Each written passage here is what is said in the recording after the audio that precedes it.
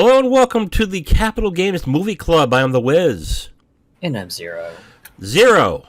I kind of forgot how we made this decision. Did I? Wait.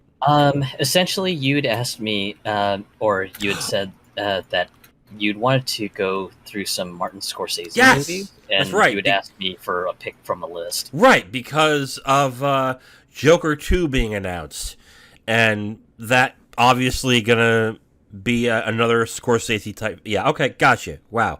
All right, probably should have talked about this beforehand. Anyway, yeah, so we decided to watch a Martin Scorsese film, and you chose The Irishman, which was his last film from 2021, I think? Yeah, I believe so. Either that or 2019. I forget the exact date. Yeah, was that pre-pandemic? I'm not sure. Nope, 2019. My God, you're getting better at this than I am.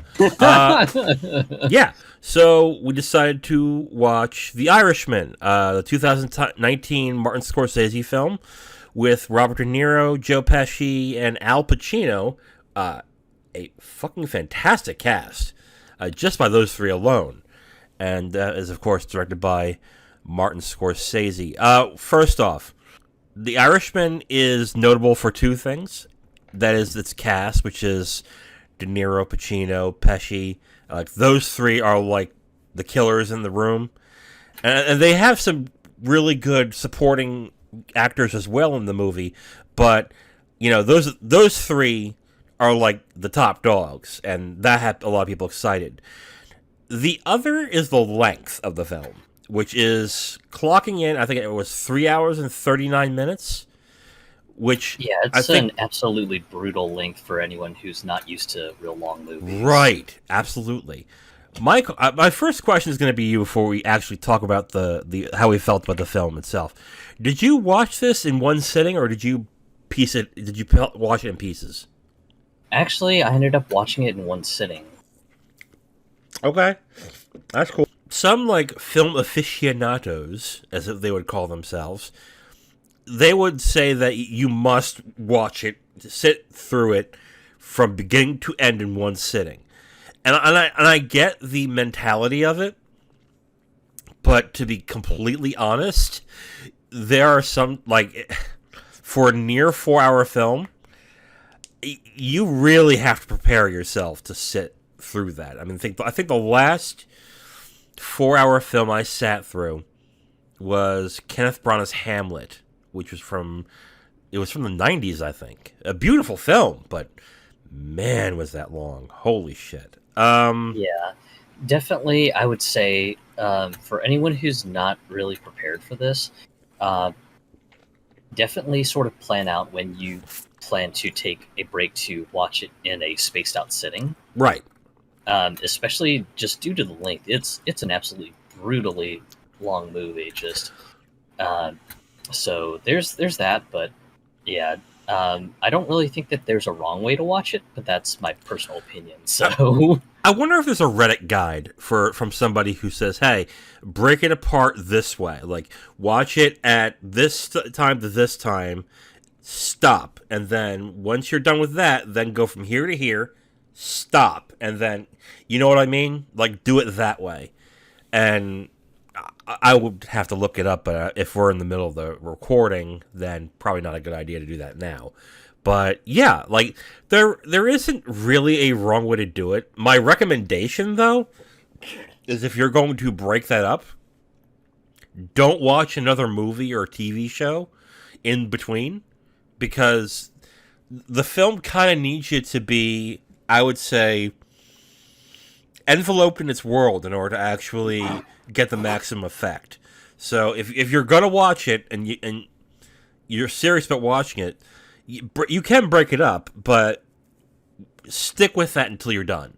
Instead, like I know some people like to watch multiple TV shows at the same time. You might not want to do that with this. You might want to break it up, but you might want to just make sure you finish it before you start something else. Would be my... Oh, yeah. Okay. Definitely. That much I would agree, especially since there's just so much information to track. There's just so many characters in the movie that you have to kind of remember who's allied with who. There's just so much world building that you have to keep track of, and I would be afraid that if you were to take a break and then watch like another TV show or another movie in between it, you're just going to lose all the details. Right. So now that we've gotten through that, what are your thoughts of The Irishman? As far as a movie, it's definitely not in my wheelhouse because I'm not much into gangster movies. Oh, okay. So I'll prelude with that, but the cast is outstanding, especially since all of the main folks who star in it are actually Italian Americans. So it was very interesting. Like the one scene in the beginning where you have Joe Pesci speaking in Italian, I was just like, "Whoa, holy cow! I didn't realize he could speak Italian. Holy shit!" Mm-hmm. So that was kind of cool, especially where you have the scenes where they're speaking Italian to each other. That was kind of a cool sort of interaction because just I didn't realize that all the main stars are Italian American. I was just like, wow, okay, that's very cool. That puts all the context that with the whole Italian mob thing together. I know that the movie is essentially based off of some memoirs, and of course, because it's the memoirs of a hitman, there's naturally a lot of embellishment. So some things seem to be really, really drinking in the stylizing of just a mobster gangster movie and everything, especially like some of the assassinations. Yeah. Which, fair warning for anyone who is a bit squeamish. Some of the killings are pretty brutal. Yeah. Okay. Yes. I know I questioned you when I was about to start how brutal the killings were, and I think that the most brutal one was actually a chicken getting his head cut off, and I think another scene where a murder was done in slow motion, which honestly, when I saw it, was actually kind of cool, but it is brutal to watch to a certain extent. So, unless you have another pick on that one. There was one killing towards the end. I want to say it was one of Tony Pro's guys. Right towards the end where he sees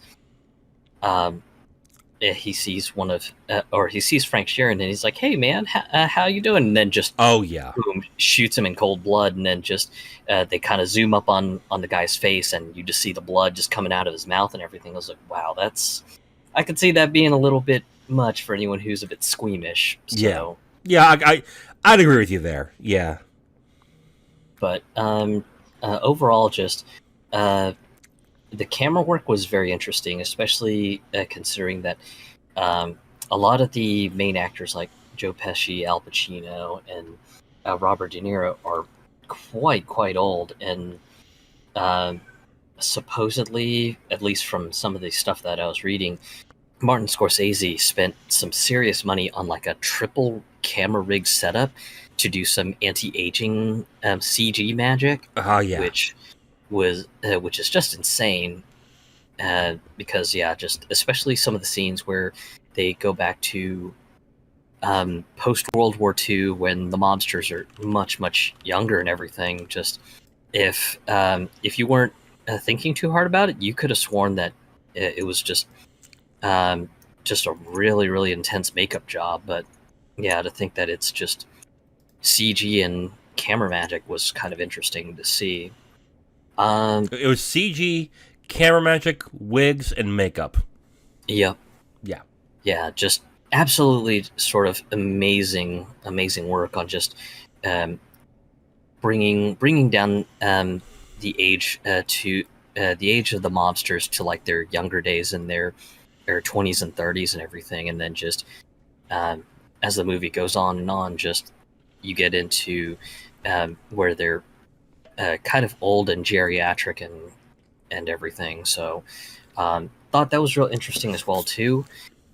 I will kind of mention this for anyone who does plan to watch this. There are parts of this movie that are very dry, very heavy in dialogue and drama. Mm-hmm. So if you're not into kind of like internal politics and struggle, then the scenes where there's a lot of just debate on who controls which organization, they might get a little bit long on you. For me, that stuff is kind of fascinating, so I had fun with just kind of understanding just all the power struggles within each organization and everything. Right. After a certain event happens, the film essentially goes down that rabbit hole of politics and stuff like that pretty quickly. So, and we'll get to spoilers as to what that is. You mentioned the de-aging process with De Niro specifically in this, and really all the specifically it was De Niro and Pesci had the de-aging process. Well, maybe Pacino too, to an extent. I had an issue with it, to be completely honest, but it turned out to be a minor issue in the end. At the time of filming this, De Niro was 77 years old, and in order to play Frank Sheeran, the way that I guess the story was meant to, they had to de-age him to be about 40 years old. Zero, I'm going to post something on our Discord right now. This is a photo of De Niro when he was in Raging Bull. He was about 38 years old. Okay? Mm-hmm. I'm posting this because Frank Sheeran in the beginning of the movie is supposed to be 41. So I post this because you're supposed to believe that he has the physicality, the mannerisms, and the ability to be 41 years old in the movie while still being 78. And there is a dissonance big time in the movie, in the beginning at least, when this happens. The key example that this is not a spoiler, but there's a key example in the movie where Frank is attacking somebody in a grocery store, and it's a standard scene that Scorsese does, where the main character flies off the handle and just brutally attacks somebody. And in that scene specifically, it looks brutal in the wrong way. It looks like he is struggling physically to actually perform the scene. Do you know what scene I'm talking about? I think. Okay. I guess this really isn't a spoiler. It's a scene where Peggy comes home, and Peggy got in trouble with the grocer, and the grocer pushed her to the ground. Oh, right. And then what he did after that, that's what I'm talking about. That scene, after that scene, I was like, ooh, that, I don't know if that should have been in there. Like, that, like, it did not look believable at all that he's this brutal, tough mobster. It looked like a 60-year-old struggling to dominate somebody. It looked bad. Yeah, that one, I can definitely agree, because it probably would have been better for them just to have gotten somebody who's able to be CG'd up to make the whole thing more believable. But who knows what they were thinking? I don't know. You know what my honest opinion is? If you were going to go that route, have a different actor. Oh yeah, like totally. Just have a different actor. Like, no, don't even CG it. Just be like, this is Frank at 40. This is Frank at 60. This is Frank at 80. You can have a good wig job and stuff for Frank when he's 60, but 40, when you have to have some physicality, some strength, and some like dominating presence, it didn't like De Niro at that time would have done it. Like in the 80s, would have been perfect. But now, like, no, I had a real hard time, like, buying into it. And I was afraid that was going to be a problem throughout the film. It didn't, thankfully, but I wanted to note that. Yeah, De Niro had the most work done in this movie, and it kind of was obvious. Whereas with, let's say, Pesci, Pesci had a lot of work done too, but I was able to be believed into Pesci's de-aging process, and it to not be super distracting. It was distracting with De Niro. Like, I had so many I had a lot of problems with not with how they portrayed the character, but basically how they presented him with the makeup and the de-aging and everything. I just think that it would have been better if a younger actor would have taken that role and gone with it. It is my opinion on that route. So, Oh yeah, and that's certainly a fair thought too, especially just because I mean I'm so used to mobster movies where they kind of go through like a chronology of like a gangster or something. They'll just sort of pick all sorts of different actors to play certain characters at certain timelines and stuff like that. So yeah, definitely just kind of a weird sort of thing for them to go, yeah, let's just go this way, and it's just like, well, if you went this other way, it could have stood to be better, more believable. Yeah, I wonder what you think the best performance of the film is. For me, I think I quite like Joe Pesci's performance. Really? Okay. Mostly because it gets into spoiler territory, but he starts off as a friend to De Niro's character Frank Sheeran, and then as the relationship evolves over time, it turns out that just the tables end up turned, and who ends up being the best friend ends up telling him to do a job that ends up completely turning everything upside down. Yeah. His performance is rather quiet, and it's actually, yeah, of all the performances, it's a quiet, intense kind of, but still kind of a performance that shows how you should fear this man to a certain extent. And, oh yeah. And I really quite liked it. And this is not what I'm used to seeing Pesci as. Pesci is usually a hothead in most of the movies that he's in. And especially in Goodfellas, the movie he won his Oscar in. So to see him in this, he wasn't a hothead in Raging Bull, but to see him in this was really interesting, and to see how he tackled the performance. And the fact that it took Scorsese about 50 times to convince him to come out of retirement to be in the film. And it turned out really well. So, yeah, I like this performance too. My favorite is actually Pacino. Pacino, at this point in his career, does a lot of showy and bombastic performances. Ever since Scent of a Woman, I think, he went from being quiet, understated, and powerful to loud, bombastic, arrogant, and etc. And this is one of his better performances of that Pacino mold. He plays Jimmy Hoffa in this, and I think he played him really well. And Hoffa becomes probably one of the most dynamic characters in the movie, because you definitely see his flaws, but you definitely see a good in him, despite the fact that he's surrounding himself in all this bad. So the character was well written, but Pacino gives it the right amount of depth and performance that whenever he's on screen, they're always excellent scenes with Hoffa and Sheeran. So I really enjoyed his performance.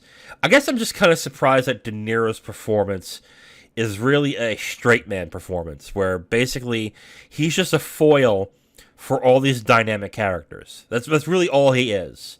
And he ends up being, I guess, the most important character in the film because he's the main character, but he's just not a big personality in the movie. So I guess I was kind of surprised by that.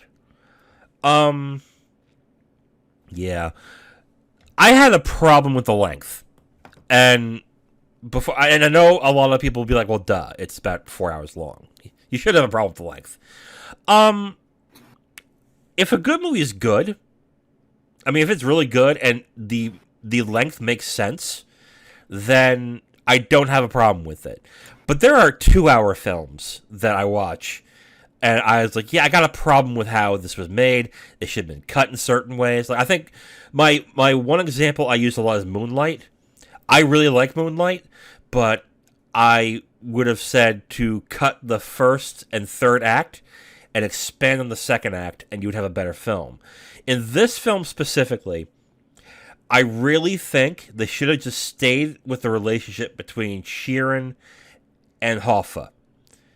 And the reason why is because the plot, even though I think most of the movie is that plot, the plot moves so crisply and so well with the dynamic between Sheeran and Hoffa that you could have just made that the entire movie and been fine. Would that mean you would cut Pesci's performance? Yes. But I think it would have been a lot better off for the film. I'll even also say that the dynamics with Sheeran's family was, in the end, kind of pointless, despite having a good performance by Anna Paquin, who is really just silent in the film. But to a good effect, she's silent. But I also think that could have been cut.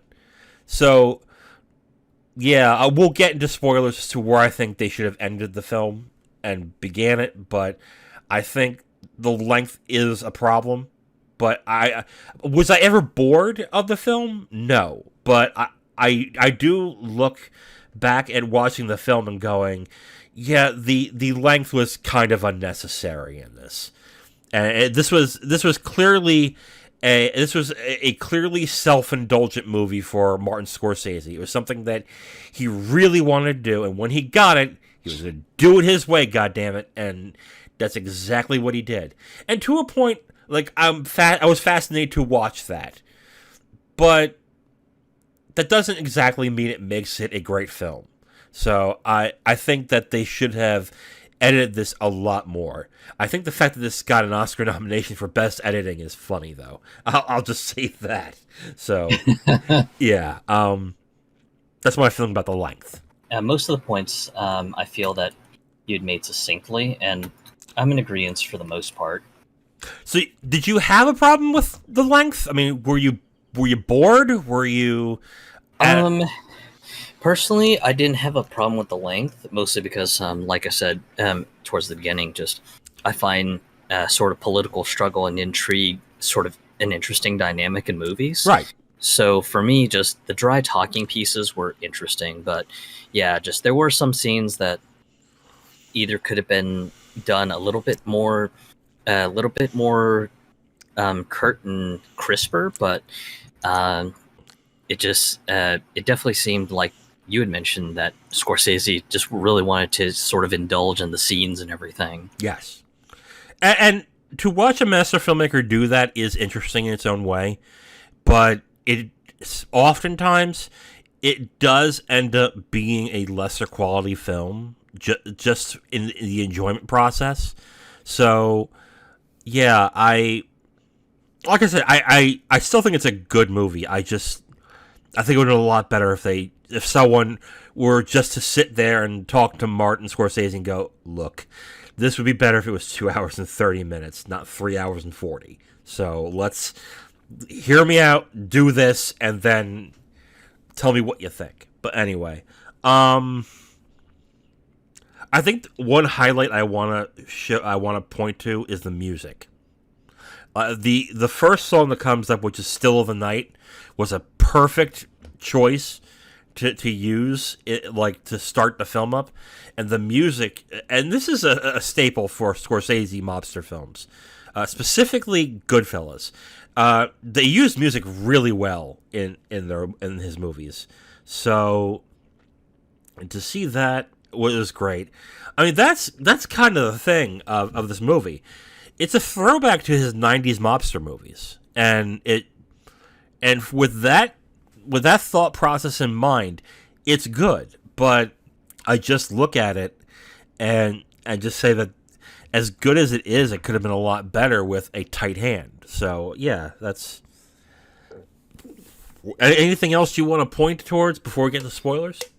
Yeah, music is actually a great point that you mentioned because it seemed like each significant chapter in this whole saga was sort of footnoted with a song, and to me, just some of the choices were just so poignant and right on the nose. Yeah. Like, do you think that is a good thing? Because most people look at on the nose being kind of bad, like cloying and obvious, or are you saying like it just fit the scene so perfectly? I'm putting it more in the context of it fit the scene so perfectly. Okay, cool. Okay.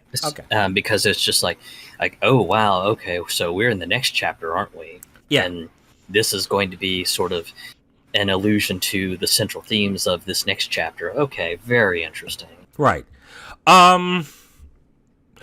Would you be interested in seeing other Scorsese films?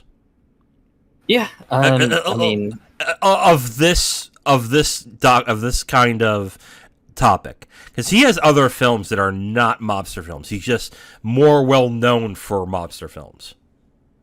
Yeah, I mean, while the mobster films aren't really my biggest forte, just I would still be interested in seeing some of Scorsese's other films, especially since just he's got sort of an interesting style to him, with especially with just some of the scenes to sort of emphasize a point. I definitely wouldn't write out Scorsese's films in the future for sure. Yeah.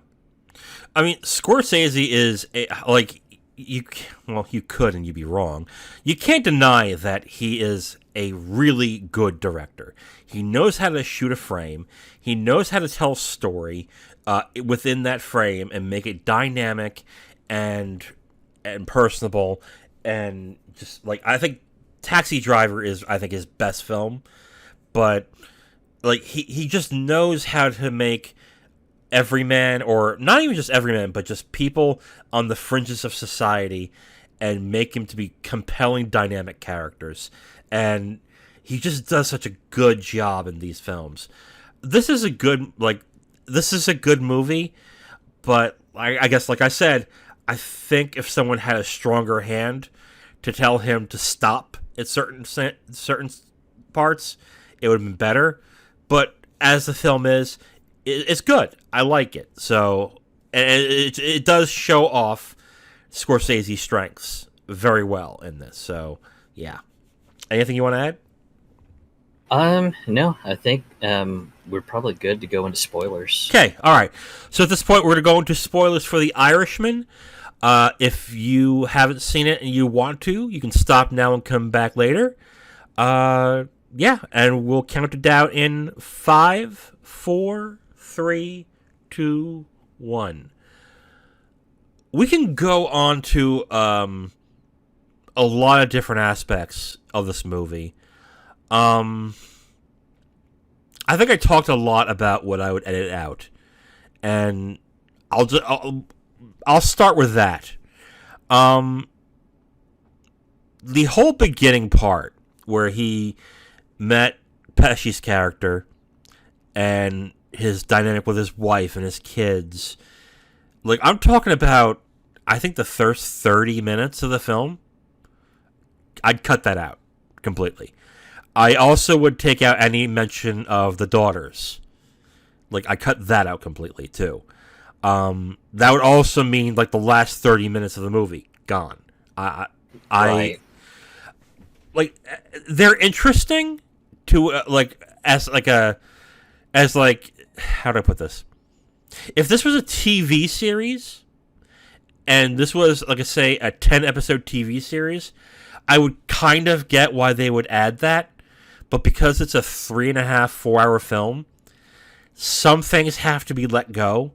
And I really feel, again, as good as Anna Paquin's performance is as Peggy, who I think is really the daughter that I think Sheeran is attached to most in the film.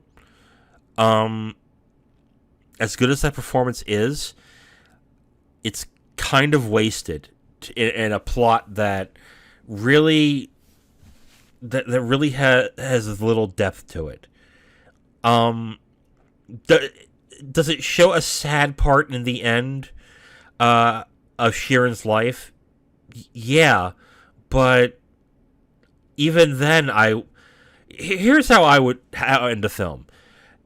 After they kill Hoffa, spoilers. I mean, but yeah, you kind of figured that was going to happen.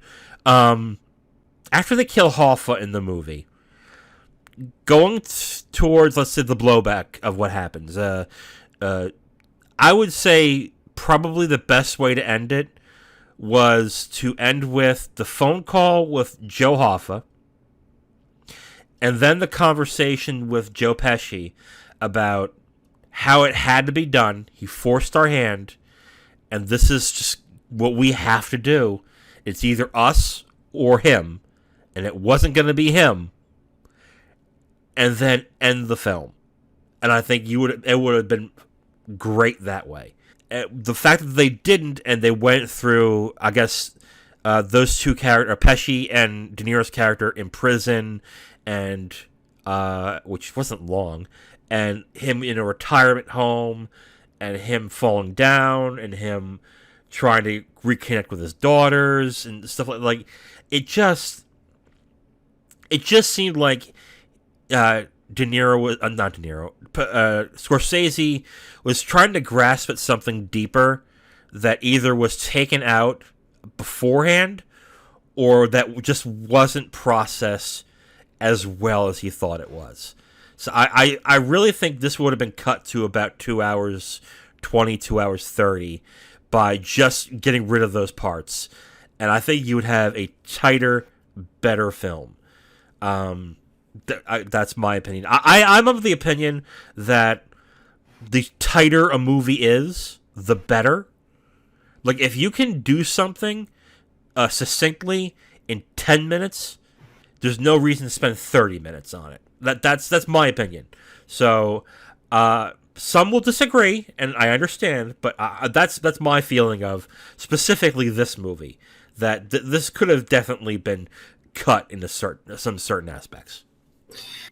Yeah, and those are fair thoughts as well too. Okay. I can definitely see the counterpoint being just more, hey, we want to try to highlight some of the significant parts of Frank Sheeran's story from the memoirs. I heard you like to paint houses. Yes. So I get I can understand the perspective where the counterpoint would be, hey, this is to kind of focus on some of the events, like the falling out that he had with his daughter, him having to pick his alliances towards the end when he's ordered to kill Jimmy Hoffa, and at the same time trying to be a good family friend to Joe Hoffa, and all the other stuff too. Just so I can definitely see where someone would have the counterpoint of, hey,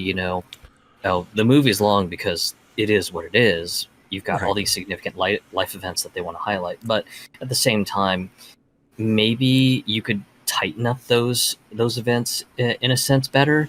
At least that's kind of where I stand. I'm kind of at a halfway point of, I get the importance of those events, but maybe you could do less on indulging some scenes to tighten up these other scenes, and maybe you could cut things down a little bit while still providing all the context.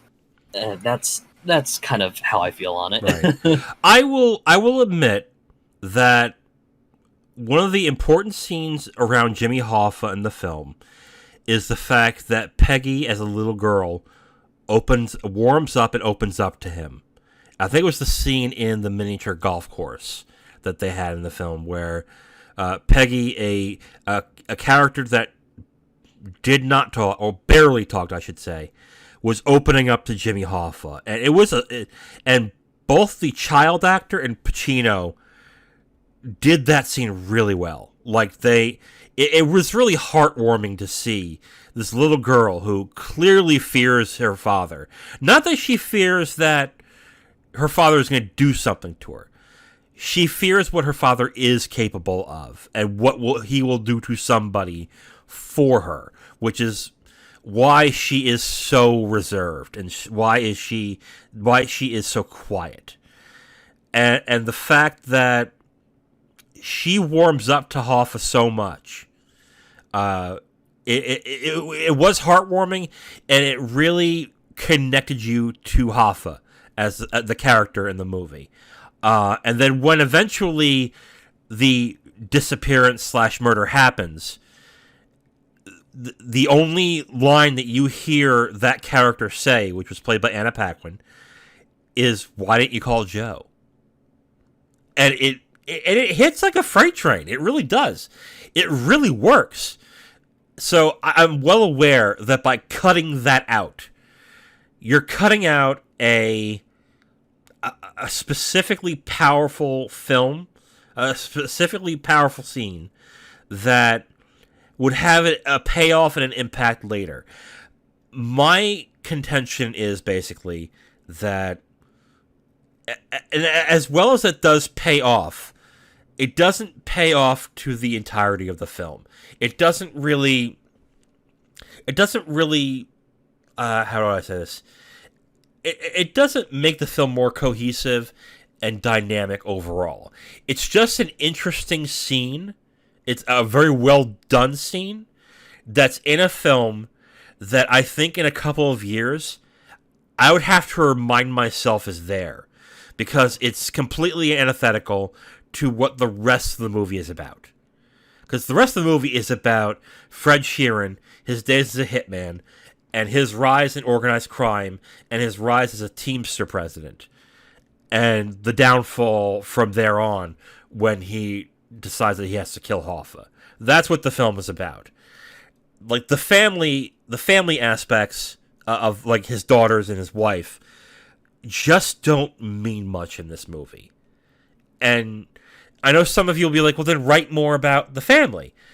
Then you're asking for an extra hour of film. So I think at that point, I would just be like, cut it. And just, yes, you'd be losing out on good scenes, but directors do this all the time. They have scenes that they would love to put in movies that are really good-looking scenes. So you don't force that in order to, because it's a great scene. You recognize that as much as a great scene it is, it just doesn't service the overall plot.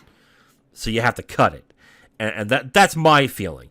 Like, the family aspects just don't fit into the overall plot between Sheeran and Hoffa, which I think is the main plot point of the movie. And you don't get to that main plot point until about 45 minutes to an hour. So, my opinion, again, basically, cut that extra stuff, leave it with Hoffa and Sheeran, and go from there, is my opinion on that. Definitely a fair point as well, too. Just, yeah, I could definitely see just things being hotly debated on how and where to make the cuts, because everyone's going to have a different opinion. That's true. That's true. On which places would be better, which places would not be so great. So, would you cut it? Would you cut the film? I'd probably cut down some of the more indulgent scenes a little bit, and then maybe tighten up some of the scenes that seem to drag on a little bit longer than they needed to be. Okay. That way, just sort of things and points that are supposed to be made aren't drawn out for too long. Mhm. and just things are more succinct. But I'm kind of halfway in in the mindset of cutting stuff and keeping everything in. So that's kind of where I fall. Okay, so you're asking for maybe cutting 10 minutes, maybe 15 minutes of the movie by just taking some of the admittedly well shot scenes, but because it doesn't move the plot along much, to cut those out and just move the plot along a little bit more. You're more of the lines of tighten up the aesthetics than tighten up the plot. Is that what you're getting at? Yeah, that's Okay. pretty much where I'm at with Okay. the debate on cutting and keeping. Got it. Okay. I can understand that. We mentioned in the review about De Niro. I mentioned, I should say, about De Niro and the aging process and the de-aging and the wig. Yeah, throughout the film, I was distracted constantly about like like in the middle of the film, I was like, how old is Sheeran supposed to be in this? And when I looked it up, it said 41. I was like, oh, they didn't do a good job. It's like, they did not do it. But and I kind of understand why they did it, because De Niro's a fantastic actor. Like you can't deny that. He's a really good actor, and if you have De Niro, you want De Niro to be in your damn film as much as possible. I get it. But he can't play somebody half his age. You know? And the scene that we talked about is the scene where he attacks the grocer, stomps his hand, and breaks his hand on the pavement. And at no point did I believe he had the strength to do that. Like, he was struggling to put his leg up in the scene to give it that impact, to make it seem like he hurt somebody. He struggled in that scene, clearly. So I just don't. But that really is the only scene where I watched that and went, ooh, yeah, I'm not believing he's 40 there. Nah. But the wig work, the makeup work is good. I think it was better with Pesci than it was with De Niro. To me, honestly, I would have just recasted with different characters at that point.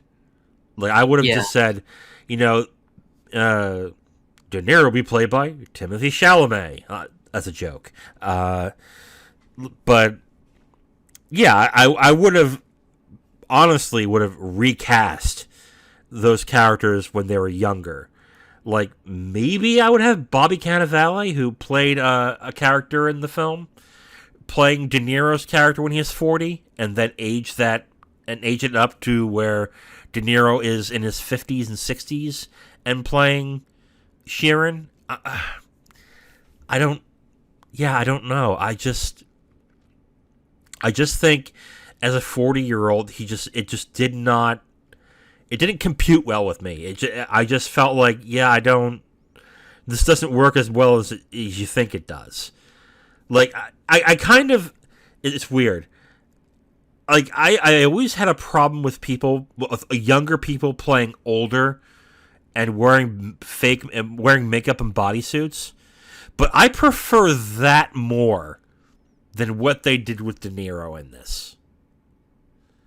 Like, I would have probably rather had a younger person play Sheeran and then age him up later than have De Niro play the character, even though he's perfect for it, and then de-age him. That's my opinion on that. Me, I'm of the same mind that it probably would have been a little bit more believable if they just hired younger actors for the younger versions of the characters, mm-hmm. and then just keep folks like De Niro and all them with the camera tech for aging them down to like 60 and stuff like that. Right. So, because I know one of my favorite Asian movies kind of does this with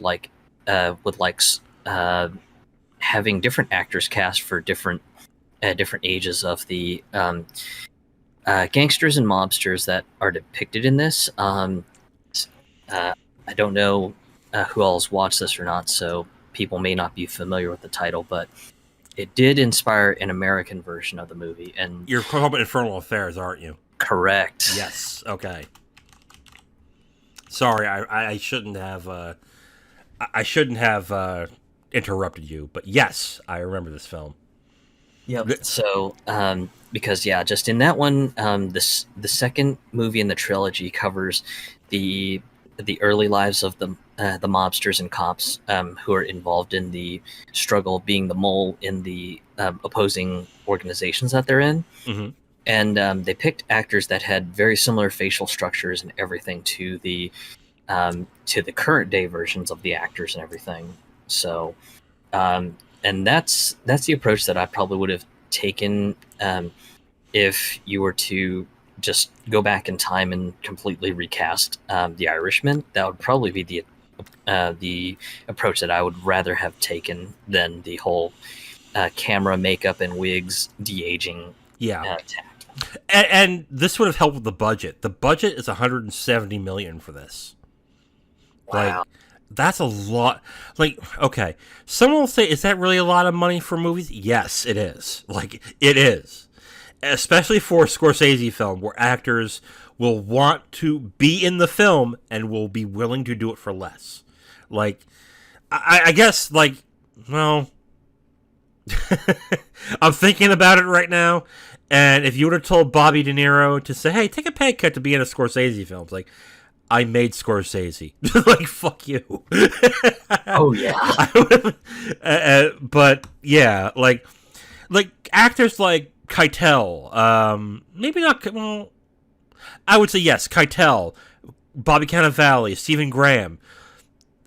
If you would have gauged them honestly, they would have said, like Jonah Hill did in Wolf of Wall Street, to work with Scorsese, I'll do it for free. Like, he's that type of director that has gotten a reputation of making such great quality films that just to be there, I will do it for the minimum.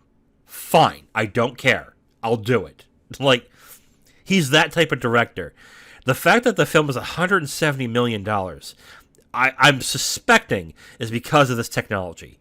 And it just doesn't work as well as it should. And yeah, I'm in agreement with you that I think they should have just hired different actors to play the roles. So yeah, my suggestion would have been hire the younger actors and put them in makeup later on for them being older. So yeah, like God, anything else you want to add? Like, you want to talk about in spoilers? This is a long ass movie, dude. So there's a lot that happens. So yeah, if you got it, let's go with it. Yeah. As mentioned, pre-spoilers. Just for me, the political intrigue in this movie was it was there in the spades. Yes. So for anyone who doesn't mind sort of the world building that they do in the beginning to kind of set up the context for, just who knows who's affiliated with who, and so on and so forth, then yeah, just this movie will give you all that in the spades. Right. So go ahead. I'm sorry. I was just going to say, if you're going to compare it to, like I say, a Scorsese film from the past, this is more Casino than it is Goodfellas. Goodfellas does have that political intrigue, but it takes a back seat to a lot of interesting things happening in the film.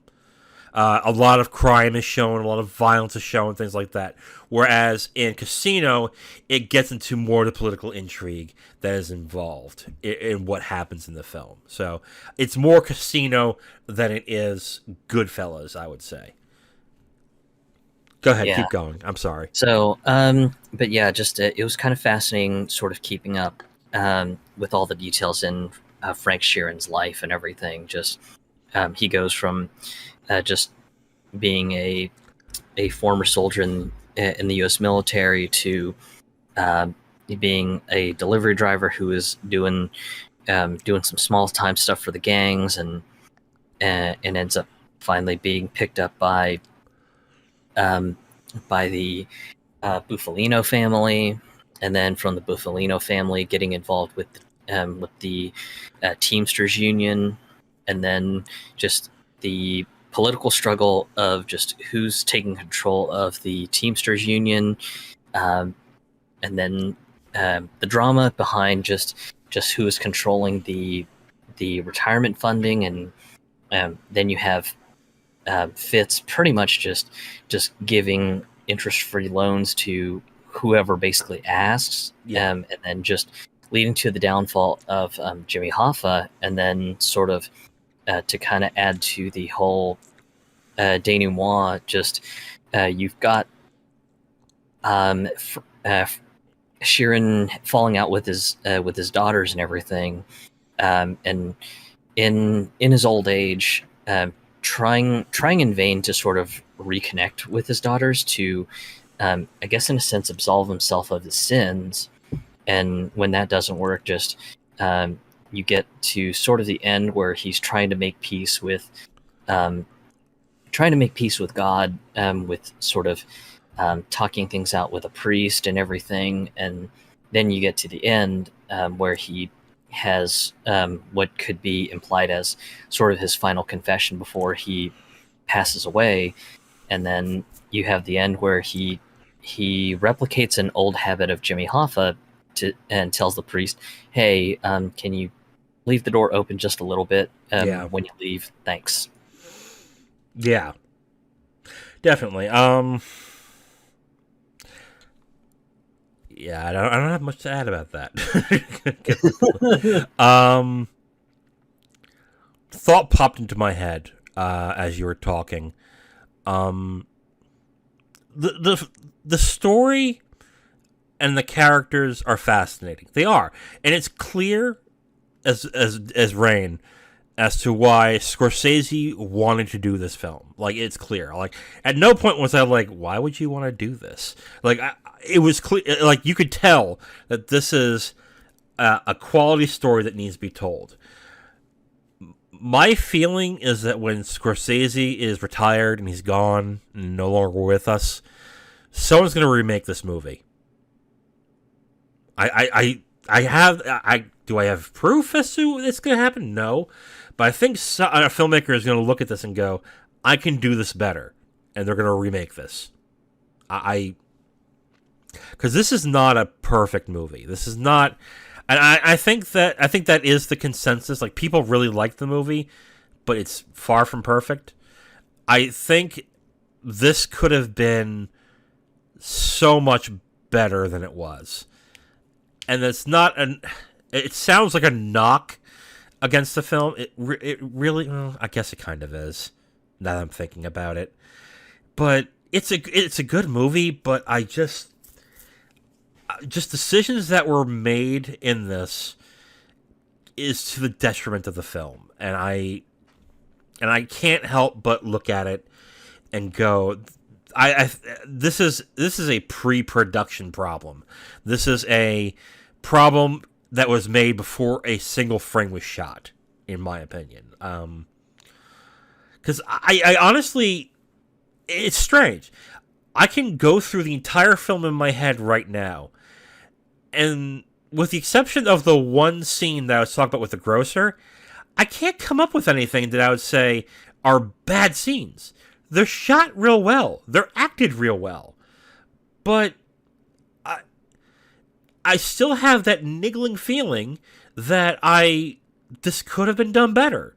That there should have been, like, something's missing or something's wrong that could have been improved upon. It's really strange because if I can't come up with the scenes, I can't really prove that there's a problem. But I just feel like the skeleton is the problem of this. The decisions beforehand were the problem.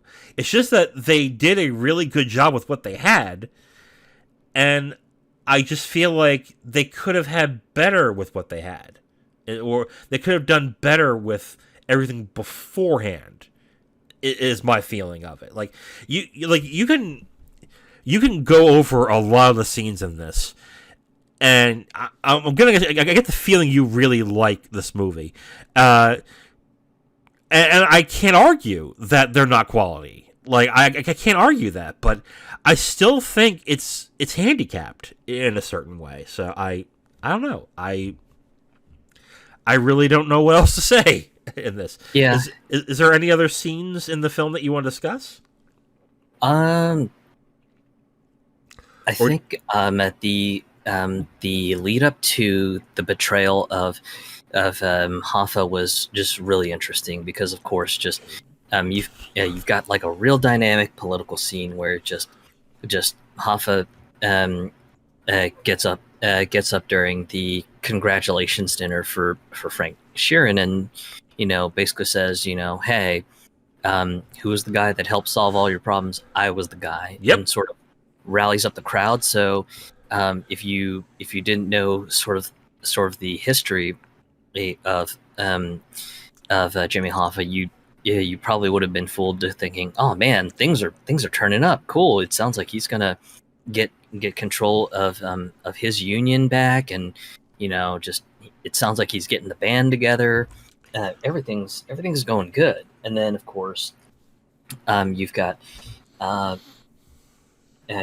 basically just all the other mobsters sort of saying, hey, just he's quickly becoming a problem. This is not something we're happy with, and you and the mobsters sort of quietly telling Frank, hey, you gotta tune him down, or we're gonna get rid of him. Just and then of course in some of those scenes you just see Frank basically just begging them, going, hey, just can you you have to understand, I'm trying my best to convince this guy to like chill out, back off, and just quietly retire in peace with his retirement fund. Yeah, he's not having it. And then of course then it gets to Joe Pesci's character, Russell, and basically just Russell kind of says, hey, I'm telling you because you're my friend, but you need to tell him to knock it off, or we're gonna have to knock him off. Yeah. And I think the line is, it is what it is. Yep. Okay. And then of course then you get towards the end where just Frank is pretty much given the job to ice his own boss off, and basically just Russell kind of gives him the bad news, going, hey, we're giving the job to you because we know that if we were to give the job to anyone else, you would probably be the first one to tell Jimmy that there's a hit out on him. So you're the guy who's got to do the dirty work. And it was like we said, it is what it is. But he obviously didn't get the hint. So you're going to be the one to put him down. Yeah. And that's just kind of where just the best friend dynamic turns to, hey, this I tried to tell you as a friend so many times to tell this dude to back off, but now that he won't, it's now become a business transaction. So you got to get the job done or else. I really feel in that whole sequence, the sequence where Frank comes off the plane, drives past Hoffa to the house where it's going to happen, drives back, picks up Hoffa, drives to the house, and then pops him. I mean, a good amount of that scene could have been cut. Like, oh yeah, is that what you're talking about when you say like pare down the aesthetics or pare down certain scenes? Like, yeah, okay, I agree with that. Like, I agree that scene specifically, you could have had your point by Russell pretty much telling Frank, you're doing this. Frank picking him up. Hoffa alluding that he's late and how much he hates people who are late and blah, blah, blah, blah. Him going to the house, popping him twice, and then that's it. I mean, it would have had the same effect to me. So I because they build up the friendship so much in the movie that the betrayal of Frank doing that to Jimmy would have hit the same way either way. So I have to agree with that. But yeah, as we're talking about it, I'm seeing bits and pieces that I'm like, that could have been cut to, that could have been pared down a bit. Like, it's sad, really, to a certain extent, because what is there is quality. What is there is really good, and I'm gonna end up recommending the movie, but not as much as I thought I would. I would say so. Anything else? No. I mean, just I think most of the points that I have to make are just more just. I just love the political intrigue in this movie. Yes, and for anyone who's really into that, then yeah, you're probably gonna have a great time with this movie. Yeah. So, final recommendation then? Yeah, final recommendation. Okay. I'll start then. I mentioned it in the spoilers, and overall, The Irishman is a good, and at some points, great movie. Comparatively to Scorsese's films, it's not going to be in his top 3 at all. But if you really like his 90s mobster movies, which is Goodfellas and Casino, this is essentially a throwback to those, and it's a very well made version of those. But be prepared for the length. It's very self-indulgent. They use a lot of style in the movie. It's really drawn out in certain aspects. I think a key scene we didn't mention was the shooting that was done in slow motion, where you can see the bullet hit the head and the blood spurting out. As cool as that scene was, that was unnecessary, to be completely honest. But overall, it's a good movie. It is an interesting movie that it's a movie I would love to hear more opinions of. Because I get the feeling that whoever you speak to are going to have wildly different opinions of the movie. But I think the opinion will always stand that it's a good movie. But they'll just have issues of the movie that is going to be different for everybody. And it will tell more about the person than what they like in movies. Which I hope we show very well in discussing this movie. So, would I recommend to see the movie? Yes. Be prepared with the length, and just know that it's not perfect. But the performances are great. Specifically, Pacino is my favorite. Pesci is good. I'll even say Paquin is very good in this, despite her getting no lines. But yeah, it's a flawed film, but I enjoyed it. I enjoyed watching it. I was really never bored. I was never really looking at the time, seeing how much longer it is. I enjoyed the film for what it is. I just think I just think someone should have came in and nipped and tucked a little bit to make it a tighter film. So yeah, I recommend it. It's a good movie. Yeah, I'm of the same mind. I will definitely recommend this movie, but I will add the caveat of, with my recommendation is, be forewarned. There's a lot of political intrigue. There are a lot of dialogue scenes. Right. This isn't like an action movie where you've just got killing after killing after killing. The killings are very, very deliberate, and just if you're fine with the fact that this is going to be more of a political power struggle sort of movie, then yeah, you're probably going to have a great time. I'm of the mind that there's really no wrong way to watch it, be it if you take a break because it is a 3 hour and 39-minute movie, or if you decide to just say, you know what, I'm just going to clear almost 4 hours out of my day, sit down and watch this thing. Right. Don't pay attention to people who say the right way to do it is this. You have a right way to do it. If you have a certain way that you want to space it out, space it out. But I would just recommend that if you're going to space it out, watch nothing else until it's over. That's my recommendation. Oh yeah, and I would recommend that as well too, especially just on top of the political power struggle that pretty much envelops this entire film. There's just a lot of world building to keep up with. Just Frank Sheeran and his history with the Buffalino crime family, the Teamsters Union, the power struggles within the Teamsters, so on and so forth. There's just so much to work through with regards to the world building information. And yeah, I would be afraid that if you were to take a break and say, you know what, let me take a break, let me watch something like, a couple episodes of The Simpsons to kind of break the tension off, I think you would just lose so much of the world building and just go, oh shit, who's that guy again? Shit, I can't fucking remember. Yeah. I will probably never recommend this website again. So take this and frame it if you want. There's an article on Scream Rant that is how to watch The Irishman as a miniseries.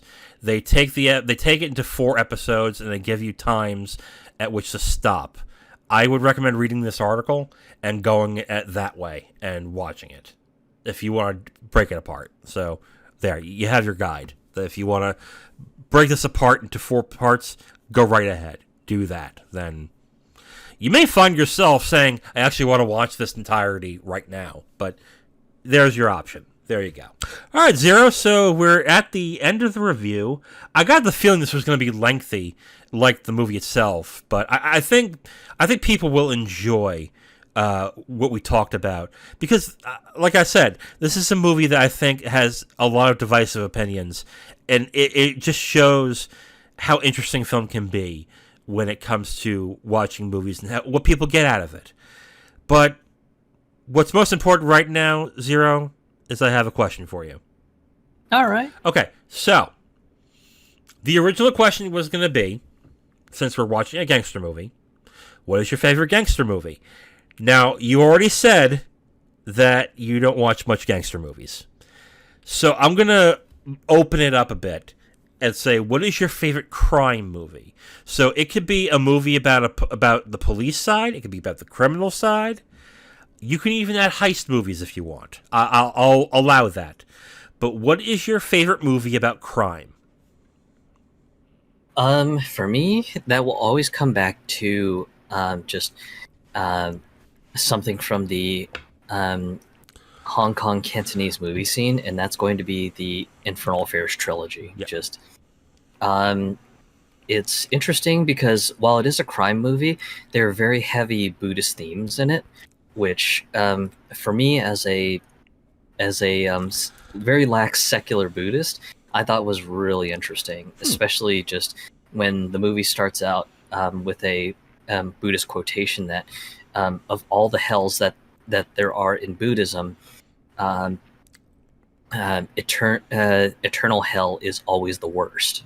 Yeah. And it's kind of a reference that just with the 2 main characters both being moles in opposing organizations, that they're basically sort of in a form of eternal hell, that they're masquerading on who they're supposed to be, but at the same time denying who they really should be, and that in a form is its own form of eternal hell. That, and well, just the performances of Andy Lau and Tony Leung are excellent in that movie. God, like Tony Leung is such an underrated actor. I mean, I know people in America don't watch a lot of foreign language films, but he just, there probably is a bad film with him, but I've failed to see one yet. So, yeah, okay. And I think really just the one thing that I really liked about his performance in Infernal Affairs, especially part 1, is just when he has sort of his psychotic break, and he's just like, I hate this. I'm losing my identity. I'm supposed to be a fucking cop, and I've been stuck with the mob with promises that, just I'm gonna finally get out of this racket, and just you guys keep fucking sending me in. Just I'm through. I want out. Just you could almost feel the frustration just in his delivery of those lines in Cantonese Chinese and everything. And I was just like, man, I heard from him. Holy cow, that is one hell of a delivery. So Yeah. just really really great performance from him in that movie. And then Cantonese pop star Kelly Chen plays the psychologist in the movie, and just always love her since she can kind of nail the gentle, sympathetic soul sort of archetype really well, and just I just loved her performance in that too. So yeah, just of all the crime movies, that would probably be just my top favorite, just the entire trilogy. Okay. It's strange. One of my favorite movies of all time is Fargo, and that is technically a crime movie. But the way I love Fargo, the crime in it kind of doesn't count. It's weird. Like, I'd have to make you watch that one day. But honestly, the best movie about crime is The Godfather Part 2. Some may be surprised I didn't say The Godfather, because The Godfather is considered one of the best films of all time, and it's deserved. It is. But Godfather Part 2 does something that few films really do right, and is to have two different stories running concurrently about two different people and make it fit so well together that it belongs in a film of its own. The story is about a young Vito Corleone, played by De Niro, who is trying to rise up the ranks in organized crime in, I think it's set in the 40s, I think. I'm not entirely sure. And then it also is coincide with his son Michael's rise to power as the Don of the Italian Mafia in America in the 60s, I think. I gotta reread that. I'm not entirely sure. And the father-son dynamic works well. The differences of approach, the differences in how the mob works at the time, just works so well in the movie that it just ends up being a much richer and much more well-made film in the end. Like, it is one of the few sequels that surpasses the original. And some will disagree, but they won't disagree with the fact that it is a great movie. It really is. And I think with crime in itself, I would use gangster films. It is the best gangster film ever made, in my opinion. I haven't seen Infernal Affairs yet. I've wanted to since The Departed came out, but yeah, I think it's The Godfather Part 2, to be absolutely honest. So yeah. Yeah, and kind of a fair warning for anyone who's considering picking up Infernal Affairs as a trilogy. I would definitely advise caution if you choose to get the localized Western version of it. Mostly because just with some movies, they sort of take some creative liberties with cutting stuff around, kind of like what I had sort of mentioned with our previous review with the Grandmaster. Mm-hmm. So I would advise, if possible, try to seek out the Hong Kong release of the movie, the entire trilogy. That is, that way you can see the movie without any sort of context lost. Right. Just to note, if you do that, do you need a region-free player in order to do that? Not necessarily. You don't? Mostly because Hong Kong region movies are technically region 1. Oh, are they? Okay. So yeah, usually you won't have to worry about it.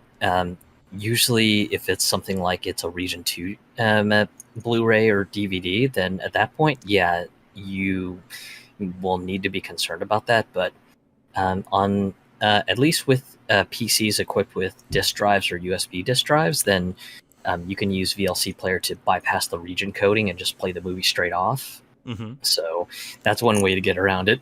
Okay. All right. Okay. So we are at the end of this episode. But with the end, we decide what we're going to be watching next. I think, Zero, it's your turn. What are we watching next week? So to kind of, I guess, pregame before the 4th of July weekend that will soon be upon us here in the U.S., I suggested the first Iron Man movie with Robert Downey Jr. Now, we're doing this as it's an opposite of a patriotic movie, right? This isn't the patriotic movie we're watching. It's the exact opposite, like a non-patriotic movie to an extent. Am I right on that, or am I wrong? I think, at least in my opinion, it is kind of patriotic because just with Iron Man, you have the history that just Stark and Stark Industries has always been sort of a weapons manufacturer for the U.S. government and everything. Right. And so just it's just kind of like peace, peace, peace, peace by more superior firepower and weaponry, and of course just Stark just kind of being I guess you could say a patriotic hero, almost to his detriment in a sense, especially for anyone who hasn't seen it. There is a bit of a twist that sort of screws up his beliefs on just being patriotic to his country and everything. But I won't spoil it for anyone who hasn't seen it. Right.